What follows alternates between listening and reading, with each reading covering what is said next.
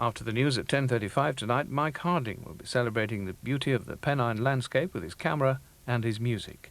Then at 11:05 in Open House, the North West Parliament debates on the subject of housing. This is Granada. Now we're going over to ITN in London for tonight's News at 10.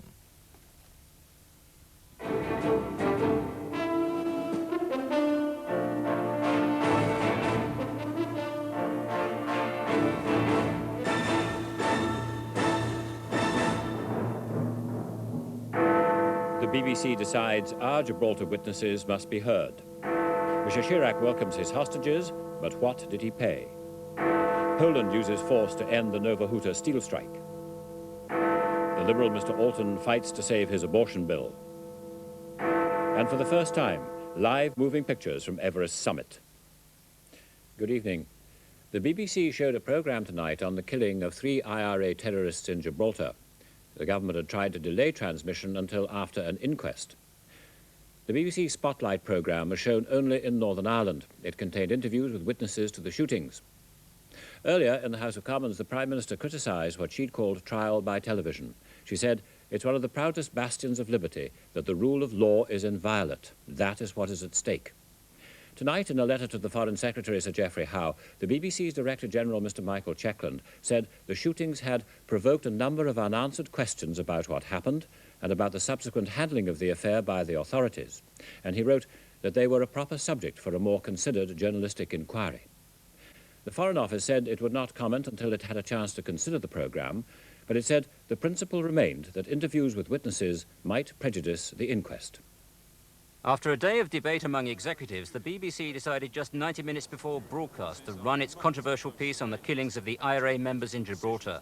The programme produced fresh witnesses who saw the terrorists die, but there remains confusion as to whether the hands were up because they were surrendering or through the impact of gunshots. He was actually falling back with his hands like this, whether... I know, I think that's difficult to say. They were definitely up, but the impact of the shots must have been fairly horrific. But there was evidence that no warnings were given when the terrorists died. If there had been a warning shout, would you have heard it? Yes, of course. Where the incident happened, it's very close to me. You've seen the window, haven't you? It's very close. And one account told of a terrorist being killed by an armed man who stood above him with a foot on his chest. According to this eyewitness account, the man showed the girls an identity card. He had the ID card in one hand and a gun in the other. He shouted, "Stop, this is all right, it's the police." Then, the statement continues, he shot Savage 2 or 3 times through the chest from point-blank range. The decision to broadcast the programme was to have been made by the BBC in Northern Ireland. In the end, the decision was made at BBC headquarters in London. Director General Michael Checkland saw the programme and made the recommendation that it should be shown. Mr. Marmaduke Hussey, the BBC chairman, reportedly accepted that judgment. Mrs. Thatcher and her Foreign Secretary, Sir Geoffrey Howe, who had tried in vain to get the BBC to drop the programme because of fears it would prejudice the inquest, made no public comment tonight. But Mrs. Thatcher earlier spoke of the horror of trial by press, television and radio. She's undoubtedly incensed, but there's nothing legally the government can do. The Foreign Office, meanwhile, is merely saying it maintains the principle that interviews with witnesses could prejudice proceedings. And there is a real danger that this film will have exactly the same effect as the Thames television film did, namely to put at risk the proper conduct of the due processes of law. This government is getting dangerously authoritarian, and unless we somehow stop it, the freedom of speech, which is central to our democracy, is going to be impaired. The whole Gibraltar row has ensured not just a widening rift between government and broadcasters, but further massive publicity for the allegations of eyewitnesses. It's unlikely, however, those allegations will be broadcast in Gibraltar.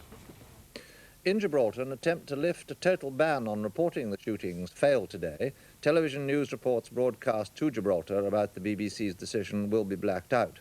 But an appeal by local broadcasters against the week-old injunction did bring some changes. A restriction on importing articles or broadcasts on the case goes, but there can be no comments on the evidence of witnesses. The Attorney General could still prevent coverage of the inquest if he thinks criminal proceedings might follow. Anyone in Gibraltar can buy a British daily newspaper and read that the official version of the SAS shootings has been challenged. They can also read about allegations by people who say that they saw the incident and who now say the killings were perhaps unnecessary.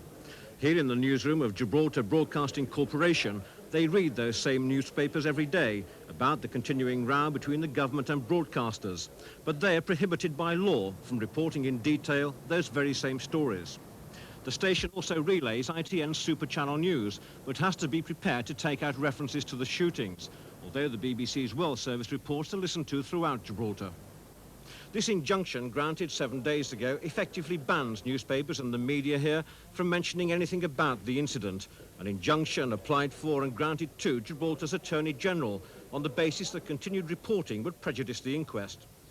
The result of GBC's appeal against the injunction came at the Supreme Court this afternoon. It was disappointing news for newsmen and for TV executives who'd gathered outside. We are disappointed, although we are pleased that we've had an amendment to the injunction so we can report on the commencement of an inquest as opposed to the total blanket. But we are disappointed that we haven't got the injunction totally lifted, though of course we can now import. And that means that things like ITN World News can now come in, although we now have to use our discretion as to the items that we then broadcast, because we could then be in contempt of court if there's any particular reference to the witnesses. In his written deliberation, the Chief Justice said that all along the Attorney General has the task of deciding whether or not anyone should be charged with any offence in relation to these 3 deaths. If he does, then that may mean a trial before a judge and a jury. Supporting that with a quote from a former judge, he said, "The courts must try to keep the streams of justice clear and pure so the parties may proceed in safety to themselves and to their characters." And the only concession that he did make today was that GBC can now report on the inquests when they are held next month. That had been banned under the old injunction. Colin Baker, News at 10 in Gibraltar. In France, the 3 hostages released from Lebanon are spending their first night back at home with their families. The French Prime Minister, Mr. Jacques Chirac, thanked Iran for helping to secure the men's freedom. Iran said tonight it had been encouraged to intervene because of positive reactions by Mr. Chirac regarding Iranian demands. Mrs. Thatcher in the Commons said she'd been told otherwise. We have in fact asked the French government, who have assured us that they have not paid a ransom. Deal or no deal, French officials have confirmed they're about to pay Iran the last installment, at least $400 million, of a $1,000 million loan negotiated when the Shah was in power. And there are claims that other payments of between $2 and $7 million will go to the men's captors, Islamic Jihad. Other reports say France has also agreed to sell military hardware to Iran, and that Iran has insisted on full diplomatic relations being restored. The plane bearing the hostages from Beirut captivity to Paris freedom landed here at the most poignant moment possible in a French presidential election campaign. Candidate Jacques Chirac ensured he was on the ground by car to greet them. Candidate's wife, Danielle Mitterrand, followed to ensure her husband's camp was represented too. Chirac stood beside the aircraft as the hostages stepped onto French soil, but their very appearance seemed to swamp the electoral considerations that observers detected had influenced the timing of their liberation. Families surged across the tarmac to touch their loved ones. Hostage Kaufmann's son, alone, emotionally churned by the impact of seeing a father he now barely knows. These were images that filled the screens of 40 million French homes live. Chirac on the fringes, somehow now almost an awkward guest at someone else's party. The hostages talked first of the death from cancer of their fellow hostage, Michel Seurat. He died alone. That is something terrible. I cannot forget that. And the second thing we must not forget is that we are free, but there are other hostages, Westerners. There are 6 Americans, the British, the Germans. There is Terry Waite. He talked then of the conditions in which they were held. Me, I had chains on my feet, and so did my companions.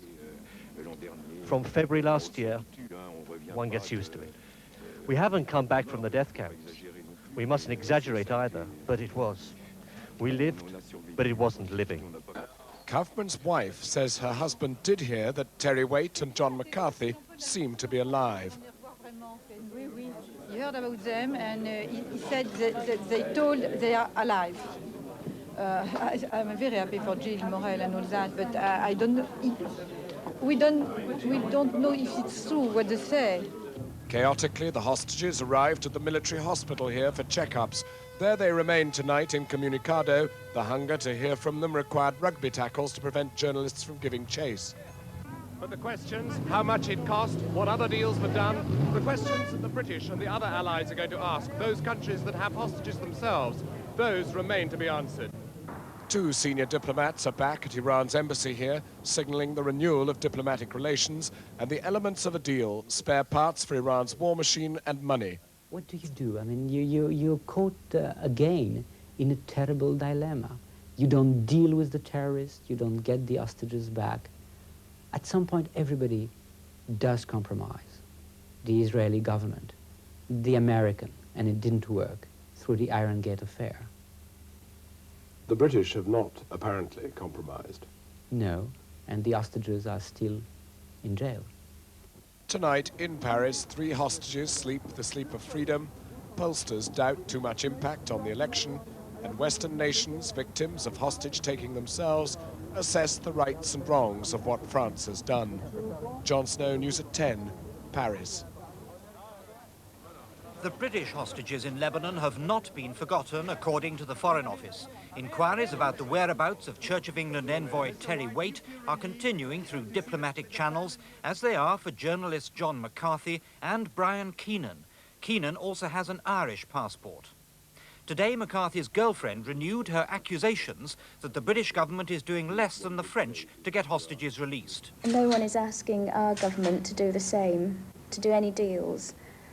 But whatever they're doing at the moment does not amount to a determined effort to get our hostages back. As it is, their policy at the moment is literally leaving them there to rot. And it is shameful that the British government can't do more to get nationals back from Lebanon. But on News at 1 with Julia Somerville, those accusations were rebutted by the cousin of Terry Waite. I've made it my business to try and find out what the Foreign Office are doing in Terry's case. I've been to the Foreign Office, I've seen and been briefed about what they're up to, and I can assure Jill that Terry and John are far from forgotten. I do think that our family believes that long term this deal will not have done any favours for the remaining hostages, including Terry and John McCarthy. Why is that? Well, because it seems that money has been paid, hard cash has been paid for what is, after all, a criminal act, and that is just going to encourage other criminals or terrorists or whatever you like to call them to continue taking hostages in the future, and those they have already, keeping them until hard cash is paid out for them. In the Polish port of Gdansk, Mr. Lech Wałęsa and thousands of Solidarity strikers are under police siege in the Lenin shipyard tonight. Police have been busy clearing the area around the shipyard and reinforcing their cordon. Inside, the strikers were disheartened by the news of the police storming of the other Solidarity stronghold, the Nowa steel mills in the southern city of Krakow. Peter Sharp at ITN reports. The strike at the prestigious Nowa steel plant had begun 10 days ago. The walkout just the first in what quickly became a series of strikes by Solidarity workers. Last night, the government moved in. Truckloads of riot police stormed the plant, sealing off the factory, arresting Solidarity leaders and effectively breaking the strike at Poland's industrial showcase. The news of that action reached the Solidarity strikers at Gdansk this afternoon. They'd been out since Monday, and the Lenin shipyard, the birthplace of Solidarity, is now occupied by more than 3,000 strikers, among them Lech Wałęsa, the 44-year-old founder of the Solidarity movement, pledging the workforce that he would be the last to leave the yard.